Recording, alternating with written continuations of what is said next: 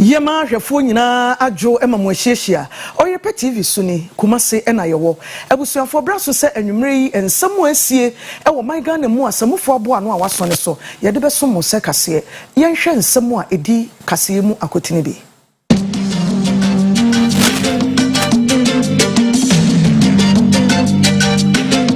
was amaimu empani ahia menei wo mo de tabo a eso atomali man no eso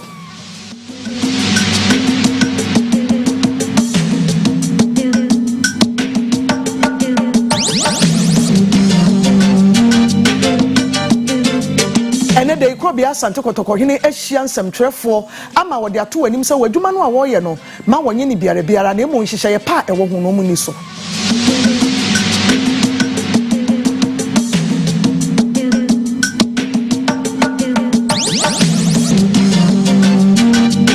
afo nso ababan abaso papa e won hyehyɛ ya wode abase benchmark value no empanifo entwentwen so ekakra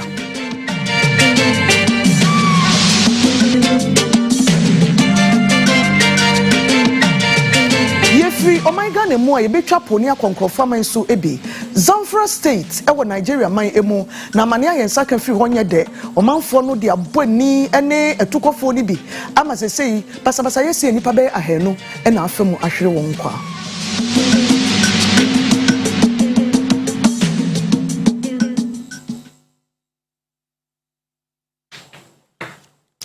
midin ede akua esiedoa na afi ye fa branye de kase ni nchemu atoamuso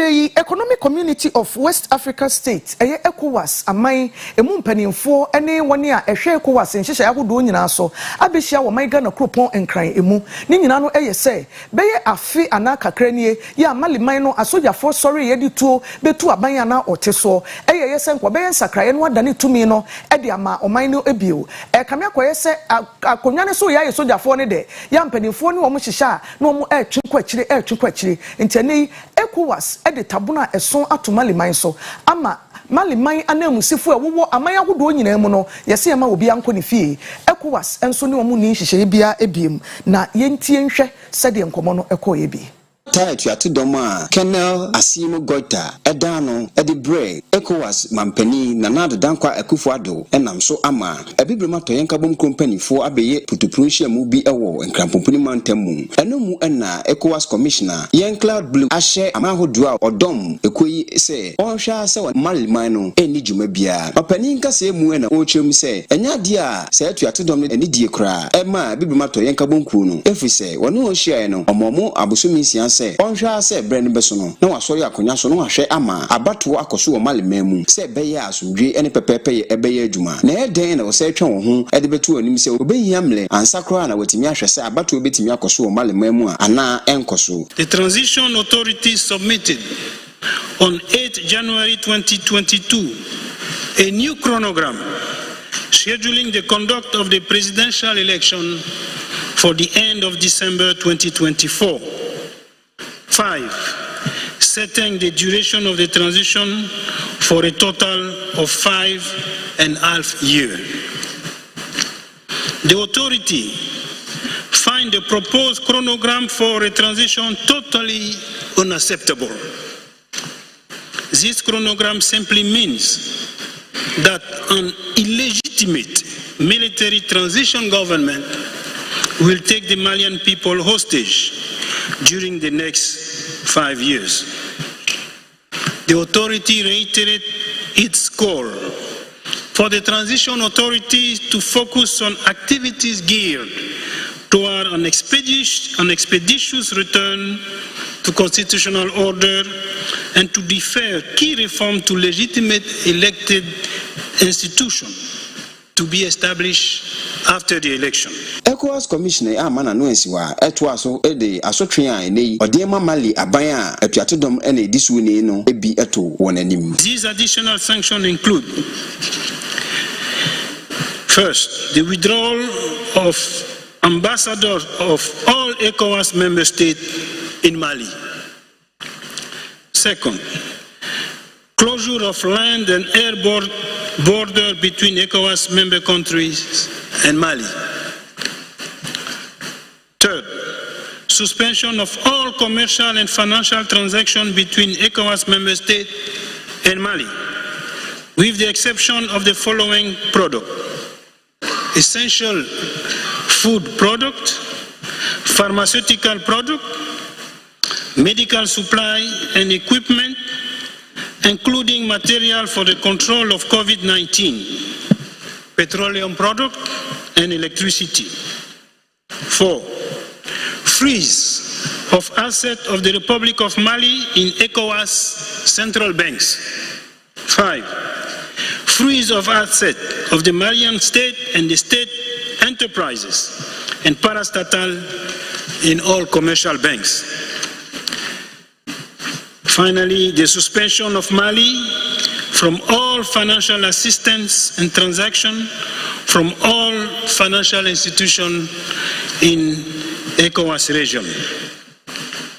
The authority instructs all community institutions to take steps to implement this sanction, which will have immediate effect.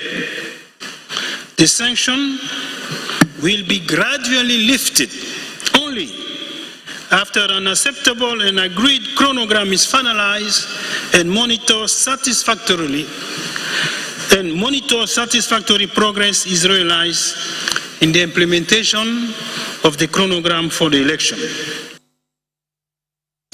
Yedi kasia no free nkran na yedi abasanteman mu kotokofie eyemenhia ene de krobia sante kotoko hene otumfo sei tutu otoso emienu ehia nsamtrofo ene womo etwetwe nkomo ewo menhia ahemfie na enema bi a eha no ewo nsamtradwuma mu no eno ho asem ena wone wokokaaye wo kire se nsamtradwuma no wontete ya wone epese ye adwuma ne bi efamu womo fa santete no a obroni se professional ethics emfanya adwuma na womo emma animunyam emra adwuma no eho Godfrey edi achiri kokotokofie na sei enode amane no nchire mu bae Asia Palace na Sabre ye ginai aha na information ministry and on partners and ne wabobo nsɛmtwerɛfo ano a ɔyɛ ntete adwumadie bi ama ɔmo na no mu na krobia sante kotoko hene otumfo osie tutu abebio nkasa ye mu ɔde tudwa sɛ ɔhwɛ nsɛm a afrase esi o mrahye bedwa no war bra mrahye bedwafo ne bi atoto ebo akutuku na ɛno ɛda di pefe sɛ ɔman Ghana yɛntimi nunu yɛ ho nsere sɛ ɔman yɛ ɔman bi a bibia ntimi sie na ne nyina mu no nsɛmtwerɛfo wɔ adwumadie mu no ɛsɛ yɛhyɛ ne nso sɛ criminal libel law yɛyɛ free hɔ no ɛno nkyerɛ sɛ wobɛtimi akeka nsɛm a nsɛm fata afɔ obi ho ɛwsi ehunu sɛ o ka nsɛm bi abo afɔ obi ho a oyɛ ahwɛ yi anhwɛ ana ɔde wakɔ akɔpie mu wɔ court na mmra ɛwɔ ɔman mu no ɛne wo ɛdi. We have just come through a year in which our constitutional order was put through a severe stress. The commencement of work on the 8th Parliament of the 4th Republic had not been in the most edifying tradition.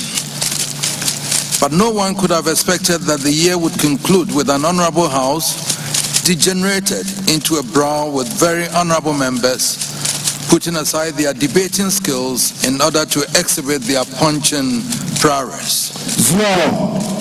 The stress on our highest institutions of state and on the nation's side have shown clearly that we cannot afford to be complacent or take anything for granted, both now and the future.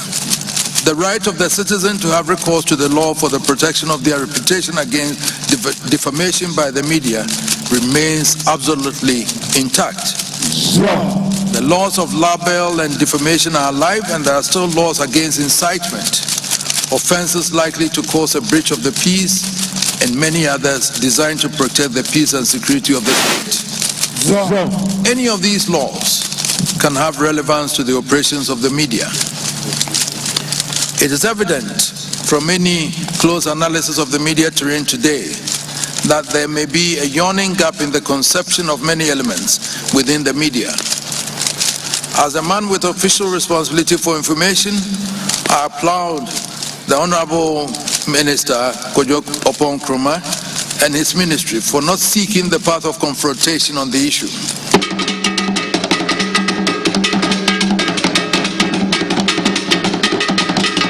In our industry, there's often not much working together. We have not been united in building solutions to our common challenges that we face. and this has mostly limited how much impact and growth we can record together. This, therefore, is a refreshing beginning, and I pray the collaboration among these players will last. Information Minister Kojo Opon Kromana na Oche ne Yodiefa esemtrefa wontimi nka ohumum se beya eho ahodo a eha adwuma ine nam so ema adwuma ne ntimi nru pempenso no obetimi apepumasibre ama no opani to aso kyeremu se aban ne yedi obetimi bia se beya esemtre adwuma wo mamu ebetimi afa ne ntuma pa efra Godfrey Anim Menchia Palace Kumase. Yet one some so ewo nsam foforo mu a ekubi ewo MPP mo ya womo ekyere se wo the MPP Youth for Victory 2024 na womo akasa esisu pei womo so mu de womo ensi nso mansa na womo aham na womo gidi onhwehwe mu a waye ne wani a wode atofom no di adanse se Ghana mampani abedi eche Alhaji Dr. Mahmoud Bawumia ono ene na chitafo de ntitimu ena fe predo eba MPP party no mo empanimfo anhwe no manka ho asem a daache no emfa yedie emre wo mo NPP Youth for Victory 2024 echiremu se amanyoko no ebetumi abreki 8 ehiaman kabom enyentitimu wose wo yaudie ne se onumonyamfo Alhaj Habib Idris a wono na ye brahye bedwani ede ma omanfo a ewo tolon ewo tifido mantam na wono kroya na ye deputy majority chief whip no wono omanfo bi ne nam a obontoa edi adanse ede ama Dr. Bawumia a wo ye Ghana mampanyi abedi echire se omanfo nkae no na wonto aba emfama no no emra meye frankatuni emfama MPP amanyuko no esanse wono na yesremuni ena fe oye kramuni ekuo ne kire se saa entoaboyi etoa so koso a identitimu ena beba wose enye obi tani a woye ene ne kramusumu a wosomo na emom obi a obetimi abedi oman nanim no baye enema papa ede ama oman puntuo enihia ekuo no mu rempum asiedu ene owura Frederick Opoku onesemtwefo ekasai now we are telling say Tolon MP must happen to be because I am highly disappointed, or we are highly disappointed about Habib Idris. We are majority chief whip out to Michelle Kumfo, said Dr. Mahmoud Bawumia, who said, "Why Cremoni? Now, why Cremoni, dear? I didn't tell me and support him. Now, I ceremony. Now, can you ceremony? And you can Cremophobia by population and by numbers. I can't. I sent for Sandy the holiday. Sanka Habi. If you say in Cramufo, a Christian for at the bar, and in Topa, and in Papa with the Baba. It is a bit breaking 80 way Amokana. If you say, and yet the writing, and Omocha Sumai. Now, Ma, Omuguso air work campaign based on Oya Cramoni, Oya Ceremony, Omumian Jai, now in Jaya, and a boy, the free. Wo ensam foforo emu no na wotwetwe mu ye na mane bobi betodwa se eye benchmark value ho nsensem no mampani akufo se omonto kakra na mpanifo ensan enkomu bio asemi ho nsem nti Ghana Union of Traders Association ekwa etwa ne tiafre ne guta omo kire se asem no eye de eye de pa eno ana na omo epre na se mpanifo tie na sopam saade a na che se akoye de mpanisa dwomo eda ya na efatani wura no ano ye kwa homa so ne di guta dwomtreni Dr. Joseph Oben atwetwe nkomo bisa no se de abai enkomo bi no mudi ni baabi ene nam so abepisa anadede anade ekosoro ewo Ghana memu no ena ban no ate Dr. Oben maadwuma wa finhya pa yeda se nwumre se waje ye breso ne betwe nkomo mo asemi na amamo asemo awa na ekwa wieye no afide kamia kwa esa sempanimfo atie mo asem mo sum asemo a modi tu sa na mo no ene sen yo medical action with you for media Sudakese ama umampeni te weti yasem asupem na wache implementation assign. The ne ka ni say benchmark value reduction policy no your problem because you be an year and about says policy no de buy ye so yenfe. It be akudu emrebi na abai epesa kwatwisan ya eso bu kompo ekwohwe emna ye bi sa problem kono ba ebe no no tambe no sa problem na da ho enam covid 20 no problem na ye kesipa Anything, some may know, what are the war reverse police, I would have Babasu and Fia. Now, we reverse the alcohol high one. It was a Yakasa, same Yaka, say, a buying Basu and Fia. Na young call, which is near Yuma Ambu. I went for finance minister 3 weeks ago, we're here in the press conference. As for Kanye, say, when we said benchmark with that same reverse, I know more, you know. A BT, a before Inya, now send the consumers and also Inya.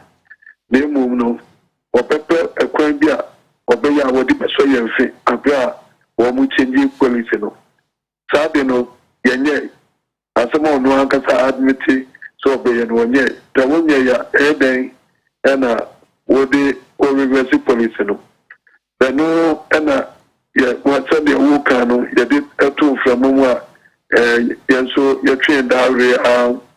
Emma finance minister no ankasa etu nenum efre yen meeting esa meeting no ye ne stakeholders in pharmaceutical importers, food and beverage association, Ghana Union of Traders Association, Automobile Dealers Association, and a gift a clearing agency na there's a wood on a net also ye the call yen also no yen kan ya some Fico na AGF for no so ema aban wo sapa yensu asoma ye kano eto asomo pa eno na o mampani ahwe ya osiane yemi nkuta wo yemi ano bye sambe no na yenhwe abia ye be ya mo bia na wato yen ye bia komapa na ye sadi ye dwen o ma no enti yenko ye 2020 abia yenhwe ne se you say be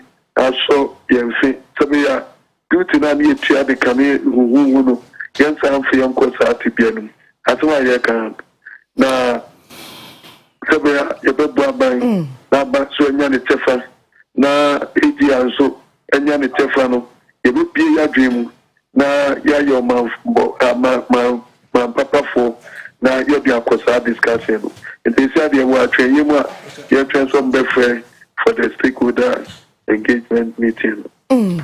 Na say nanka me question Craig this one me baby Sam say mo free ha hefa na monko na asem yi no na enya monko am ho na efa na Association of Ghana Industries nso e de o masem atomo bi e che say ekwan na omo manya ni nti no ama omo ayi nneoma e wo my Ghana mu no ne to no aye basa na sabe senko bi nkumdwafo ni dwa senko bia edi ni le mu ya mu die na mu jai mo so enya ho to kakra senka ye enso say de eja akwai say de nkunimdie no mo mafa na aba na ye bie lemu omwadi omulemu enti say abade ba ye no ebebo ye nyina benchmark value reduction no esan say ye Ghana manufacturers no wonu say eniema we import na about 90% imported niema bi omo manufacturer no enti there's a benchmark reduction no by no mo kwa na ebo mo ka kese enti say asema mo kata abande say abanye so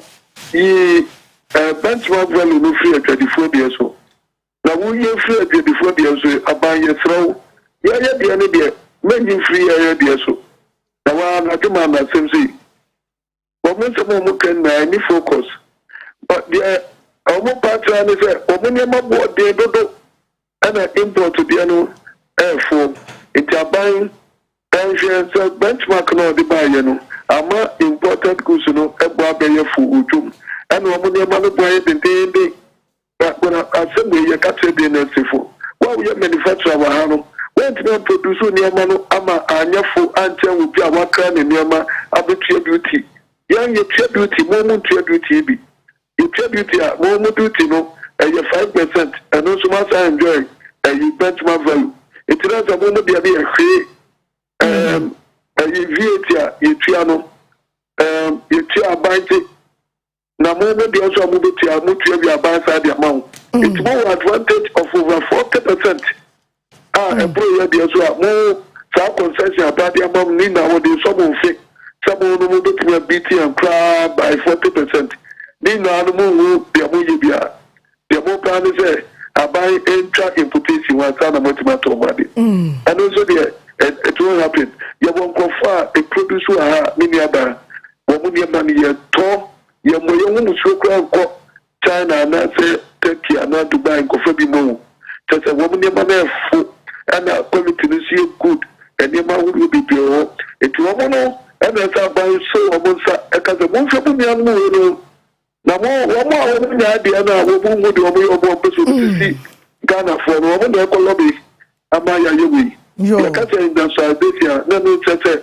if you produce be yet to be producing a competitivity will be okay I don't know producing higher the people of Ghana because I'm trying to be a manufacturer maybe the about important inside of the what to be that yo ye do be say doctor ebrepemo no nka ye benyaw na ye di nkomo na kwachi na ne oma ewo mu nyina kra ye nya hu ntiase no watimi biebie so e de ma ye da ase pa de obesie na me na mu kumase timi ba na ye kwa ma metina betra ma fidie so ye da ase na me show ye toa ensam ne so na ye wra ensam foforo emu a ye ba bu akwa ya eno ewo kumase ha ya na onyame nipa bia kasa de tu Ghana fo nyina efo se yema yeni si Kristo eso afi 2022 ya yewramu ye ne na adi enefua edui esan se ene saa obia wo nsusuye ani bibi ewo kokoamu anka nyame ye ma no anka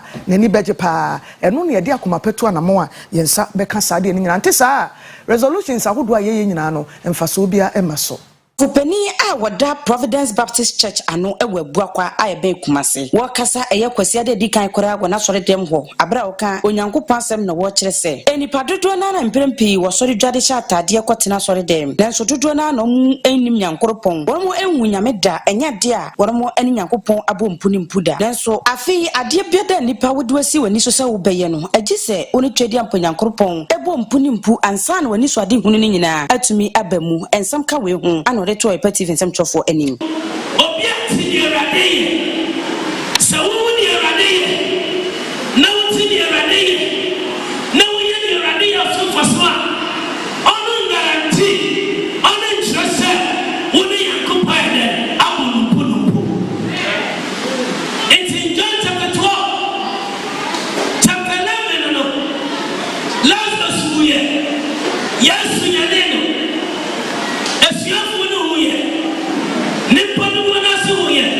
Na John chapter 13 so ye popoma Yesu na wo pomba ye la so kaumi emo mudidi ande podo wo freti ba ye omo ba Yesu na fi so mama ye Lazarus wo ye ne farasi wo mo bi Yesu si fo wo mo bi ne pe wo do wo mo bi ba enipa no mo jo wa si na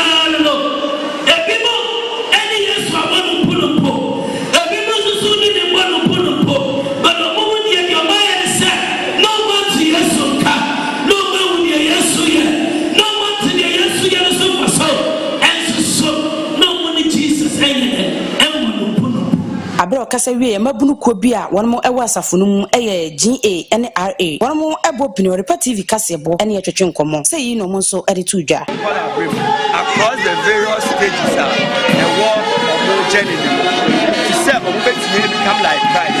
So it is more of a discipleship group. It's a parade in the Omoye, but Omo Neoma, Omusia, Ewo, Ayantia, Ewo, Omutimi, Enyi, no Minibo Christian. The Trauma Bible was the Trauma a Christian, GDA, a woman in Neoma, Ewa Mama Branch and Ababawa, with minute is small, and the Ama Christian, not the Ashoka, I am going to go for any man. When any order. That's my main motive. So they will accept Christ as a person and a person. Yet was Africa Kumase near Remo ewo Bono East Mantamo SENE West constituency Empia or Honomo Honorable Kwame Ampofutumesi. Wejina ni tumi so ni afi esun ye ni afefofra ya bewrai mu e de no me bia koya doye ama mabunu e woni mpeso ane so se ne beya a won so beye won hye na wo bebo ebra pa na wo mo atena asetena pa Shibedweni di niema bi etese machine de pamade makomako aduonum afe hair dryers makomako aduonum 50 ena motor tricycle bobo yeyi bi miensa wode jersey set makomako amiensa ena afe football nyina so eka ho a wode ma amabu no manfo a ewo ho dwumadie yi ekoso ewo Presbyterian Basic School Park a ewo Kwame Danso ema shibedweni a owo SENE West na wo pa omuko bi adi eno eye MP's Youth Empowerment Program ana da na die no na nam so de saa ne ma hodo we sei e de koma mabu wo ho se betimi de asua adwuma se be ya sika ho anya dendenden so emfa ema wo mu eno na NDC mrashebedwani olmunyamfo Kwame Ampofu Twumasi ekasa ena wo che se we nyina wo ye e de aboa ama adwuma so aba ama mabu nse de be ya sika ho anya de ma wo mu na unemployment system nyina so no eto etwa na nkofa wa house and so bi nya adwuma na de krono system ne amanema eba nam so a we saa de we nyina se de be obi ansa betimi akọ nano kobola omuni how yo zona team omo so emomu bi enti as a zona team no mo kwanya pe no mo so bi jesi omo so wo jesi ade ball omo de training ya omo de ko ba bi eso omo de ko mock eye chat for mock afi bia no me bo mo kra no nye 50 million afi we me bo 100 million e mo de boa omo mock ene teacher for se be ya mpunti no ebe koso exercise book je machiche bia kama ebi wo ho mekoso achama schools no se be ya school for ni na benya exercise books ni bi mathematical set chat for omo be wi a omo se to bi mo se be ya omo benya bi na fe omo de ayo madwuma na dwuma die ni mu no na for hina owo SENE West togbi novisi wakasa ide aseda kese ema amrashebedwani no wasan to the foot kese ema wo mo nsa ka ne mani bi se wanyi do ho wo hweso yie na adwuma odi kosua no so wontimi kosua na emwa wo mu edaache omanfo mo nsa eka ne mani bi nso so ide aseda kese ema amrashebedwani a wakan se mebre nso so ede efa ho ebe ma omo na emomu no obi abrabo ebe sisa na obi abrabo ebe sisa no na ehun behia se ahweni yi ene hia omo a omagi achede ehun hia pa se ommehwe so yi na akina omatumi abo MP abaso eno ya de a ehia efise empanyifo se atriko enkwagina carpenter for ewo ho mason for ewo ho welder for ho ati omrante no so yesra wa driver for yaka mo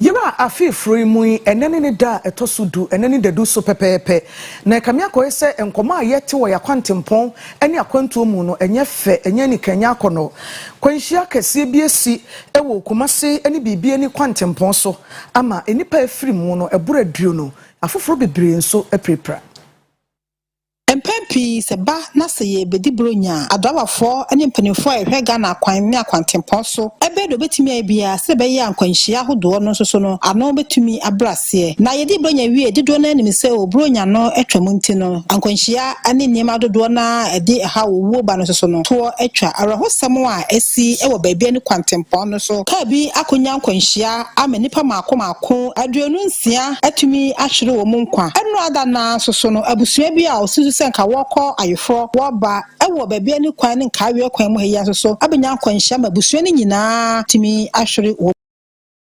munkwa no eno Oyerepa TV news ede to road safety authorities na afi MTT before any say akwa bia na animanim ya wohwe kwampo befa so a saa akwanhia sem so no obetimi abre nase na amanfo so enya akobadie jojo Utie uhwe kase ewo Oyerepa TV so kumase adum na yewo ewa santeman emu ye twa ye ho akwa aba na ye ba ye de adwaso enkomo na ye de ebebremo ansa na no ye srese mo fa nche yen se mfoni no ye yiye no ya momo kokwansa ebi wo ya na ne masa na wontumi ye pamocho mo fa enche ye twa ye ho akwa aba ye ba business news na eto aso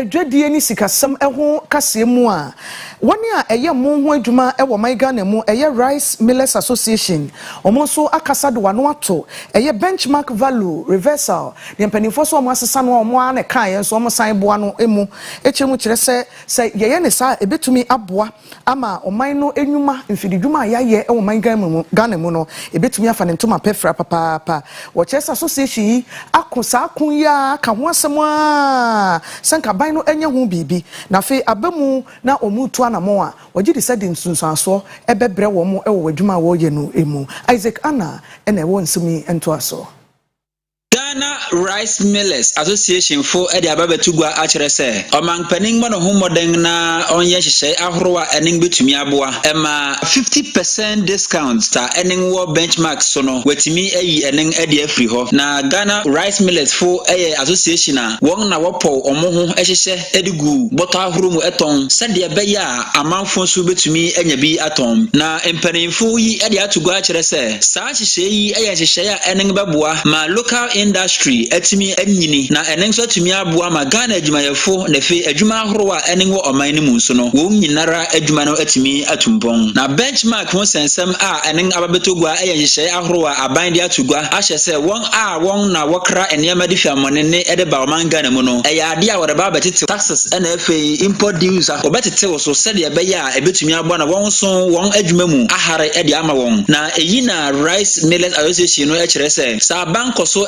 sa adwuma na se wansa onwumaku ahoro a enen no gobetumi atew sa benchmark yi so di ama won a enen baboa ma eniema ahoro a woye wa amanone na wakra de ba na ene Ghana for de ebesie ni no enya de a enen no ebetumi aboa convener a wonen na wada association ne ano Mr. Yaw Edu Poku ene wasanga kire bi o se aban enye enhyehyɛ foforo a enen betumi aboa na ama Ghana fo a won ngasa woye adwuma e wo man ni mu no won adwuma atumi agina ne nan so eyimu ena Mr. Yaw Edupoku edi atugwa biu asanga kire se ebeye den na oman Ghana mufo adwuma yefutitiriw atimi ne amanonefo atimi edi asiakan na enen aboa ma enwuma ahoro a enen yeye wo oman Ghana mu no atimi akonkan wo bre a enhyehyɛ ahoro a efri amanone eba oman yi mu no won bo ewo form elize kokoba se aban san rebetetew sa import duties yi so edi amanwa ebema won adwuma ni mu aye hare yiye ama akoye den ama local industry se won a wakra ne ama ede ba oman ni mu no gobetimi asiakan eyinti abangenhwe na wonye nhye ahoro a enen betumi aboa na enen no ama Ghana adwuma ayeye no won nyinara nso atumi atumpon na ama oman Ghana sikasem so atumi agina ne nan so pa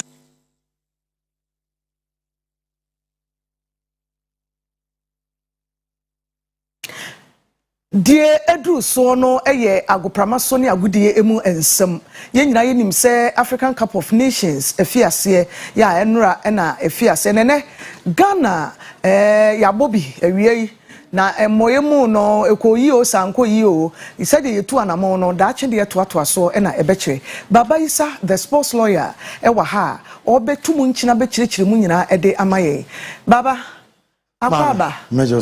Na said you call you in of course, Ghana is slow status.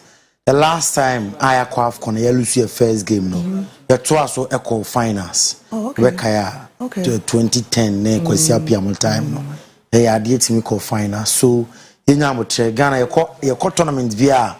I say a new de bia to no yes slow status I say game need progress no na ye gather momentum of course wow di football chi na especially follow African football no wouldn't say before this game na Morocco for no definitely more top players on level no na was certain Ghana they make us a year rebuilding because 17 players Fatau 17 years Abdul Kamar Dean affiliate Nefi Arab Stars Alexander Jiku the first tournament a lot of players affiliate Joseph Penta winner affiliate no AFCON be we talk of the day you Patemo Wamona Omabobi and media we will believe say you be qualify for group group na Ghana women definitely one come to me. Football prophets. Oh, you group net them now with Gabon there. Even ye third place team in the group where Betosumi and Sano. Now ubo more than tournament you fit group no. See group no dey qualify for. Yes, to asoma Abusia yamwajo na yɛmo akɔ aba biem ɛmra so sɛ agodie mu nsɛm kyɛfa a ɛwɔ kaseɛ nom yɛde toa so ɛma wɔ sports lawyer nie the only sports lawyer in Ghana football AFCON 2021 a ɛnam COVID-19 ti yɛbɔ no 2022 ɛnɛ Ghana yɛbɔ first game ankoye ama ɔman konkron Ghana Morocco ɛhyɛ kabako a yɛntimi anti Sofian Buffon ɛna ɛnya the only goal ɛma Morocco for no yɛnhwɛ game no sɛnea esi kɔɛ. So then, let's take a look at the side then, and this squad includes the EPL trio of Thomas Partey. It's Morocco kicking off in red and green, kicking from left to right in this corner. Thomas Partey then from distance and had purpose. A little bit conservative. Oh, that's a lovely turn there by Amala. It's a beautiful turn this to get away from Thomas Partey. And then Boufal then delivers hard and it's just over the top from size. Needed the faintest of touches. There going and a chance. Joseph Paintsel, who plays for Genk in Belgium, have a second part of the attack. So just the one goal in his 6.5. There's Ayew. Andre Ayew looking for goal number 23 in the first half at Doing Close. They have gone over everybody. Ghana on the attack, but again, there's no support coming forward quickly enough. However, Morocco give it away and the chances. Clearance back in. Best move ready. In it comes from Partey. It's a better delivery. Hear what they've seen. Chance now. Oh, and there the Atlas Lions. A mistake in the Guyana defence, setting up the chance. And he turned around like a flick, but it was a defensive touch that fed it into the of the Angers man. Morocco, little glug of water as the free kick comes in, and it's Yates in the middle of your screen. Well, he might have been. And no, so fine before, or no, and the only goal no, Emma Morocco, or my team kunim, Ghana. So, Yamra, Ghana Premier League, no match day 12, Ubekaya, Memendano, and a chassis, LBBN, Dance Park, and Koye, Ama, Accra, how to folk, Emra, Woman, Eruamuno, what I him say, one best more goals, almost about Kwa. Okobibiani Gold Stars Australia, woman entime anti Hamza, assistant coach, Emma Accra to folk. Ochem said the Manteno, a boy according to planner, woman the Kobibiani. Yeah, I would say the second half. I mean the half of the game. Tactically, the House of Folk was very compact. They were sitting back. I mean, you can see that everybody was moving. It was making us very difficult to penetrate. But all the same, I think we still did our best, but it wasn't enough. So you have to put it aside and then move on and then see the next game. This time we have to get away points because other than that, I mean the table, you can see that the all right, inti yabasra se modebeche nti wo mo here video no adwuma e na akofa bibia ni Gold Stars shaize edna beto so nti yenko na yentoa so emfi coach Prosperity Ogum na so ye coach edensema to dwa se enra for the first time after say Ochi Ashanti Good abone kamiensa wo mu team ba kone mrante no they were calm on the ball and number na no peso hu efi Asante kwa so no hu ye. It was good. I think so far for the first time in Babayara we're able to find our rhythm. We're able to circulate the ball very well, confidently. And if you look at the chances that we created, we could have scored more. So I'm happy that for the first time they were very calm on the ball. They were very calm without the ball, and we're able to exploit the spaces that we created. Asgold is a big team, which we all know, and going up by 3-1, I mean, it's fantastic. I'm happy for the boys. Yeah, very disciplined, very calm, very composed, always ready to work at training. And I think it's good. I mean, he once told me he's come to Ghana, or the two of them, Georges and Frank. They told me they've come to Ghana to play. So they are in for every type of training that I'll give to them. So it boils down to discipline, determination, confidence, and self-belief. And I think that is what is working for him. I am I'm very happy. I scored my first hat-trick for Kotoko. I'm very happy. Call all the supporters to help team to help win the Ghana Premier League. And now a coach Prosper Nante Ogum, one of the top striker, and Unya hat-trick, Emma Asante Kotoko, Frank Mbela, and Wote Wamonkanon. And what Yantuaso and free Safu Jenfi, Nasuya, the black president, was here kind Amakumase Asante Kotoko, or say only strong spiritual backgrounder, Wuntime Emma Asante Kotoko, Emo Emoni. So hard is it? Which has your umpire says, instead of going to my preference, last week,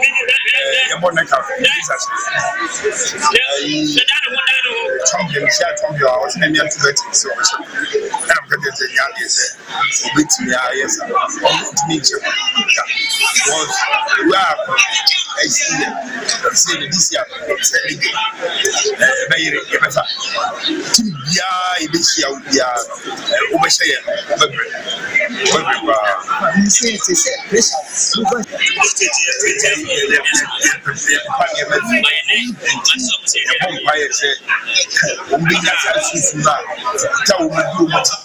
Eno Safo Jamfi, the black president, and in the same way a tuja and what young Conco phone crosso enra okosiri anuma was Stadio Olimpico Roma wamo etimi eruamu shemiensa ema Juventus ebetete kano eshomo eka enai yanke highlight no.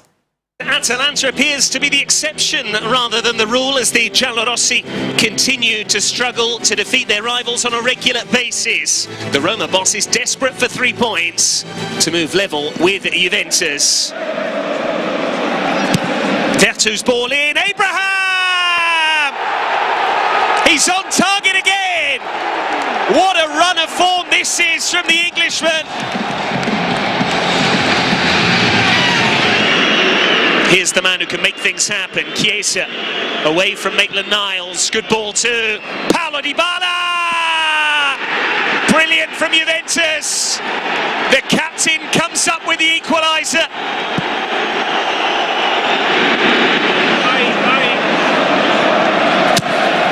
Pellegrini floats it in, Smalling free header, and Abraham arguably could have left this one. Pellegrini, Mkhitaryan now, here's a chance for Roma, it's deflected! And they have an early lead in the second half.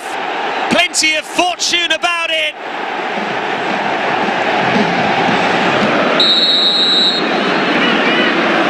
Pellegrini goes for goal! A strike worthy of Francesco Totti himself. The Roma skipper with a stunner. Morata finally gets a touch. He's done well here, the Spaniard. Morata's ball in, and Locatelli gets one back. Finally, a moment of quality from Juventus, and it is a midfielder getting forward. Looking for Cuadrado, lovely ball in, and Morata is there! Kulusevski! It's the silent check with the video assistant referee.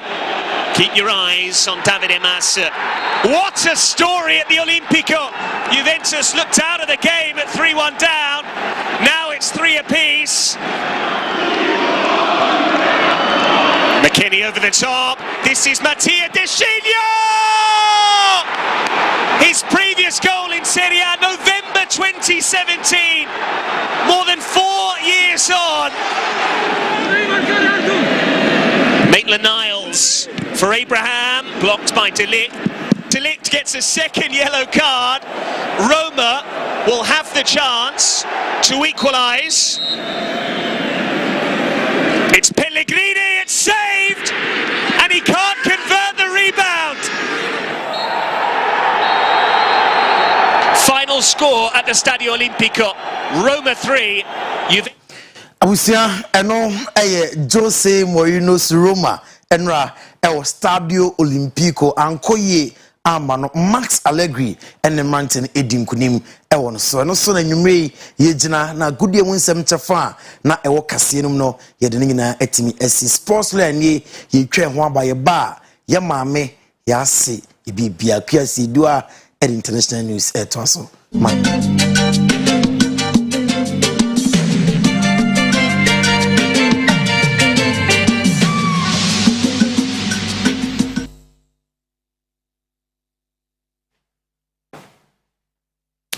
Yema hwefo nyina akwaba ebusuafo ye ko amanone nsemu ensem efiri nkrofo aman so aba ebi yenhwe eno so ebie Ara husama yensa kafri Zamfara state ye wo Nigeria man no atifia toye efemu ekire se nipa bonifo bi a wodi eto ni akode ahye wo akoto ahye kroba akoso akoye ho basabasa kunkum nipa bebura hanu a foforo bibire nso eprepra ewo ehonom Arawosam cry say ka free Zamfara state ewo Nigeria tifedumantamu ene say bandit atuate dom no akoto ahade hye bi so ama kowiase enipa bese 200 ena every month sabre ka say enipa wadan ye tukotenafo no eye bese 10,000 Arawose nam so ama Ministry of Humanitarian Affairs ewo manimu Omar Farouk e dia baba tudwa say ye ka say kra no won hyede nim de padodo a wa free mu na emprempren a enipa bese 200 ena no ani so omutimi esie no na ni nyina mu no ode ya konsem mamusu ekura wa ade hye efrim ni nyina na ode adehode ato Nigeria ban anim se ebra so se obema asradom no atiegu mountain so na one side to domidi asi ani efise entimi ko ba se brano na ode mra hye wonsem na wadi awu ewo omano emu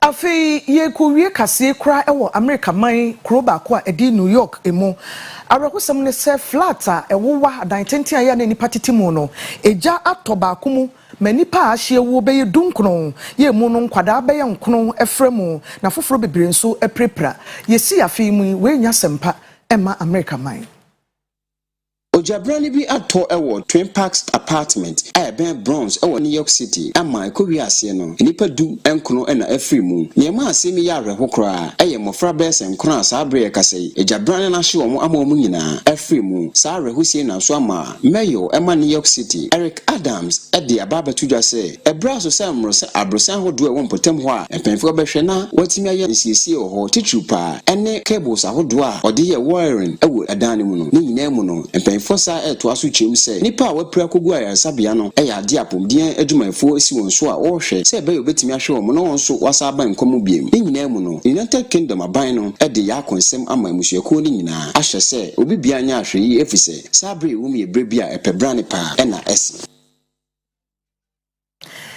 Enyumri kase a yensa kan ye de besomo ewo Oyerepa TV so no ha na brebe ma ye kwan ema ye de mu asie abusuafo midin edi akuasie do a ye mamu nyina mo ene hwe ene tia adehye nyame ema adepa enche ye mamu nyina due ene onwuno